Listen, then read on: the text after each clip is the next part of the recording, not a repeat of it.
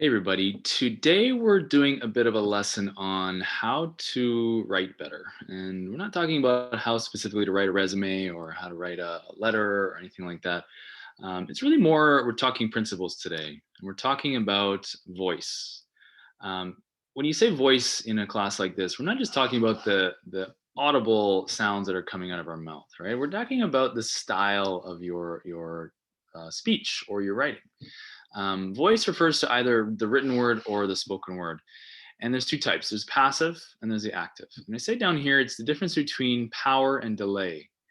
And I say that because one of these voices is powerful and one of these is not. It's more of a, used in a negative situation, maybe when you have delivered bad news. So we're typically going to want to use the passive voice. And let's find out why. I'm sorry, the active voice. So we all know verbs, right? Action word. A verb is anything that we do. It's gallop, it's a dash, sprint, bound, smash. Verbs really give your language power. It gives it that energy, doesn't it? And it gives you, as the speaker or the writer, it gives you presence and authority. Um, we can really mess this up when we start turning our verbs into nouns or we start nouning our verbs. And we do that by turning a verb into a gerund form. Essentially, it's a word that means you add ing to the end, right? As soon as you add ing to the end of a verb, it ceases to become a verb and it becomes a noun. So here's an example.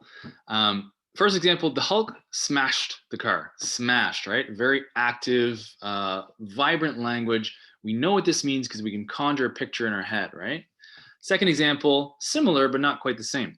Hulk engaged in the action of smashing the car, right? Smash is no longer has been deverbed, right? It's been nouned, unfortunately. So smashing is no longer an act.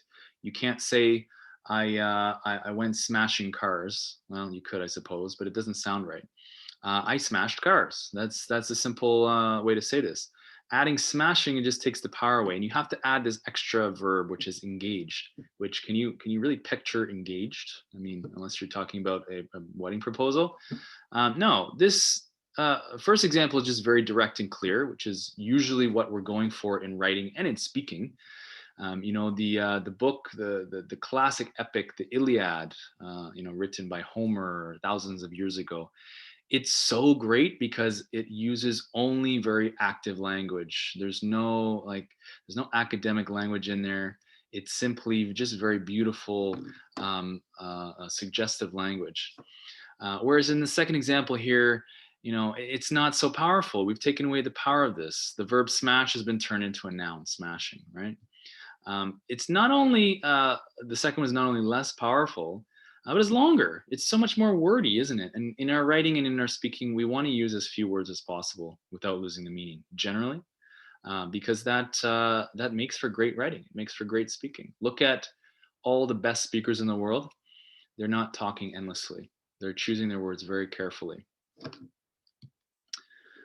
Here we go. So here's sometimes what we do when we express actions as verbs, and we kind of turn it around into turning into a noun. The police carried out investigation of. What would be better? If you want to pause the video as we do this, go for it, and try to fix these on your own. Right? Some of them are okay, but some are not okay. Some are better than others. So we're saying the police carried out an investigation of. Wouldn't it be simpler to say the police investigated, right? Now, instead of carried out, which we add these extra words, we just say the police investigated. John is of the opinion that. How would you fix that?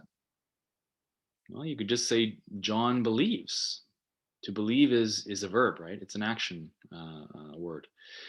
John made an assumption that. Well, why don't you just say John assumed? Jane gave consideration? No, Jane considered. Much simpler, direct. It's a verb, it's active language, it sounds better. Einstein made a discovery in, well, you could just say Einstein discovered.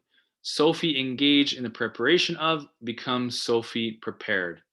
Accounting, the accounting department, created a reduction in, no, accounting reduced. The scientists performed an analysis. Performed is a fine verb. You can picture someone performing, right, on a stage or something like that. But we don't need it here. The scientist analyzed, right? Why am I telling you all this? Well, a lot of the writing that I see as a prof, it's very wordy. There's excessive stuff in there, and this type of nouning happens often. So, we're really not taught this very well in high school to use plain language. Plain language is such a beautiful thing because it takes all the unnecessary junk in your writing, gets rid of it, and cuts it down to the bone, which is really much better communication. So, if you can, turn your language into active voice. Now, you know, with the resume writing assignment, good and bad every year, but basically, you want to use the active voice on your resume.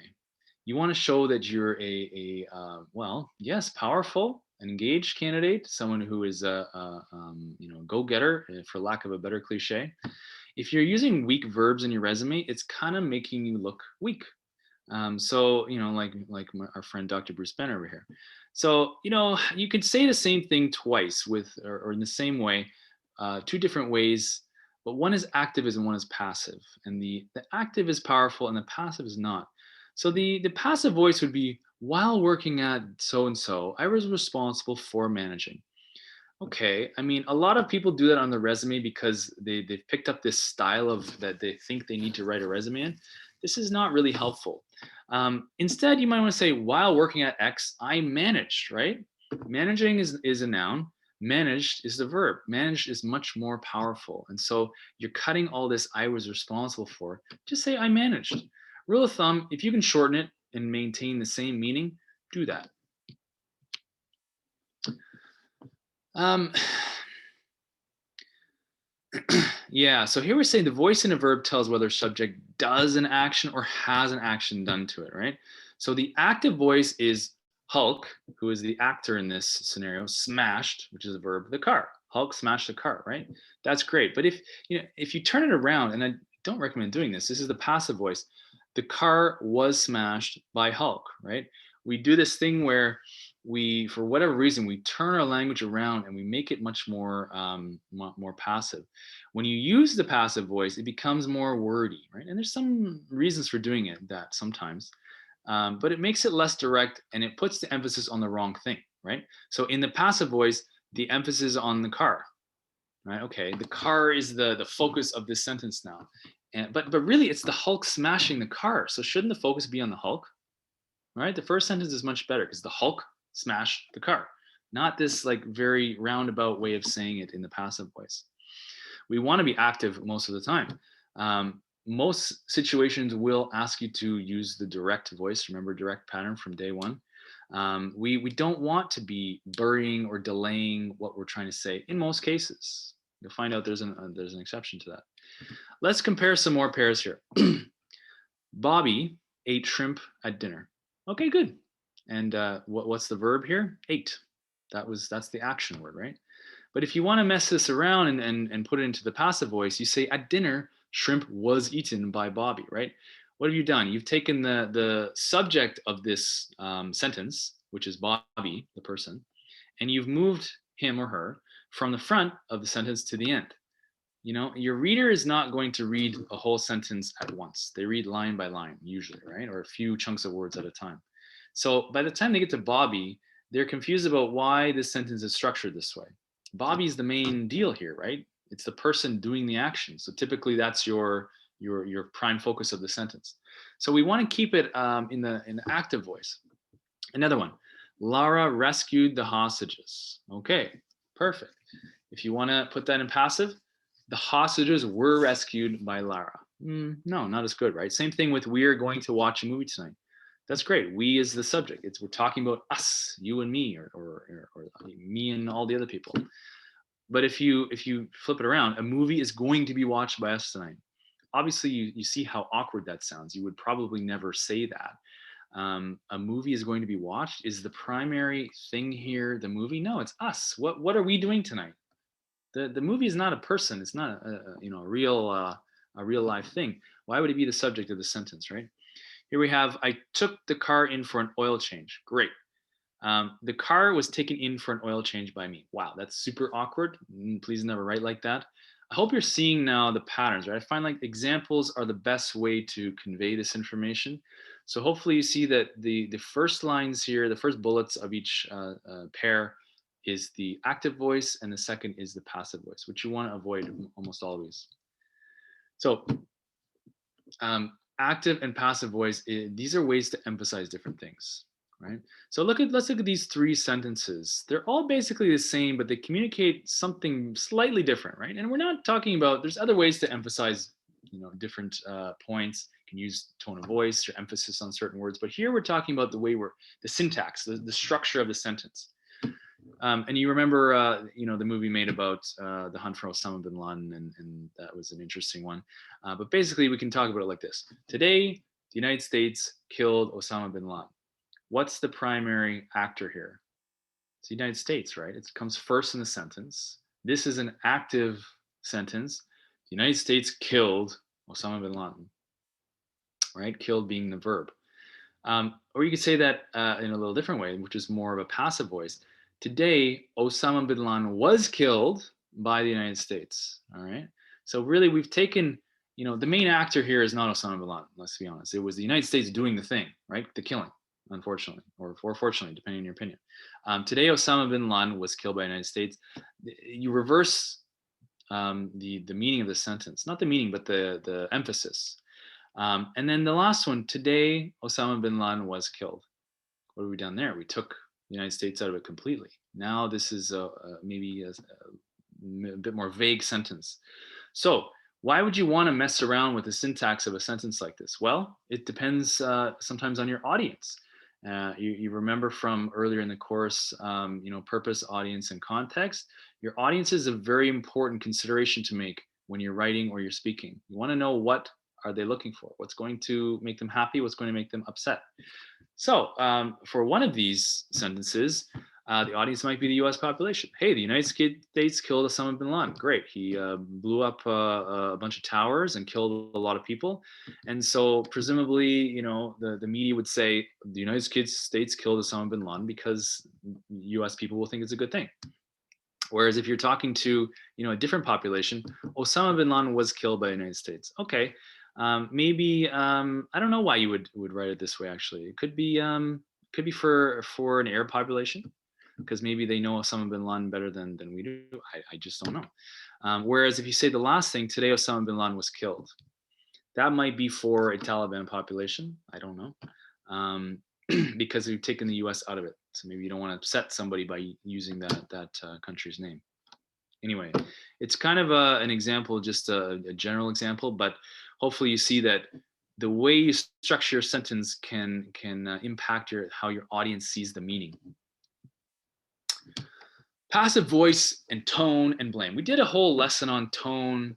Now let's pair that with passive voice. So you can use, or in some cases misuse, and use it for negative purposes, passive voice. It can be used if you want to hide something. If you want to say something like, you're fired. You don't want to say, I am firing you, because then you'll put a target on yourself. You might say a decision has been made to fire you. You've taken yourself as the actor entirely out of this sentence, right? Entirely out of the picture.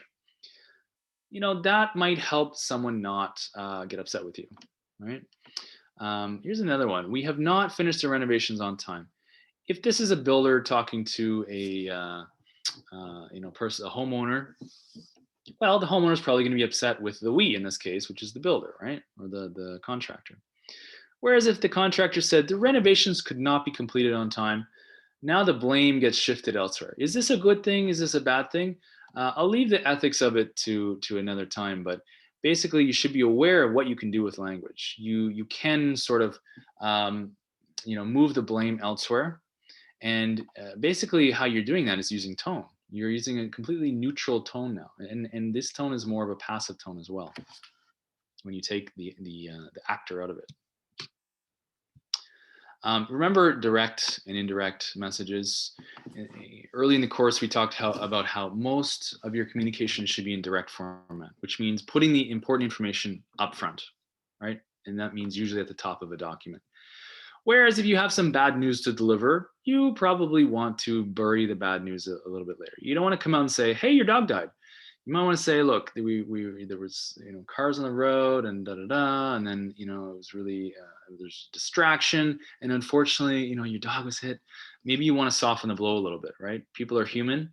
They don't take bad information easily sometimes, so it's acceptable on occasion to use the indirect pattern, which means you follow that the pattern we talked about, and you put the bad news a little bit farther down into your message, right? Whether it's a document or it's you're speaking to somebody. So when using direct pattern, use the active voice.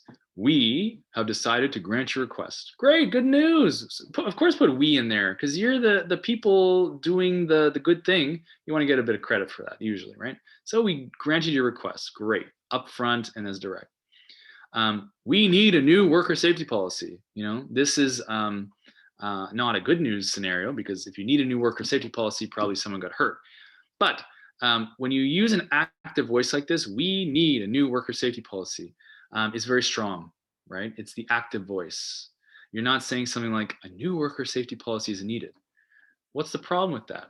You've taken out the actor. You've made this a very weak assertion. It totally downplays the urgency and the necessity of a new worker policy. So if it's a we, hey, we're all in this together. We need powerful voice, right? But you know what? You can use a passive voice when you're delivering bad news, or there's some blame to be downplayed. Absolutely. So how would you do that? That looks like this: your request could not be granted. Right? That's very vague. It's probably a little bit corporate speak, but in some cases, you got to deliver bad news. You want to do it in the softest way possible. This is a way to maybe take the blame out of it, because it's not necessary to blame people sometimes, even yourself. Your request could not be granted. It could be, I denied your request. If you say I, now you've got a target on your back. I denied, hey, that's negative. I'm the one that's preventing you from getting what you want. You maybe want to soften that language a little bit, okay? The choice is up to you how to use this language, but now you know the difference between passive and active voice. Yeah, that's it. So thanks for watching, and we'll continue it with another little video here in a minute. Thanks, guys.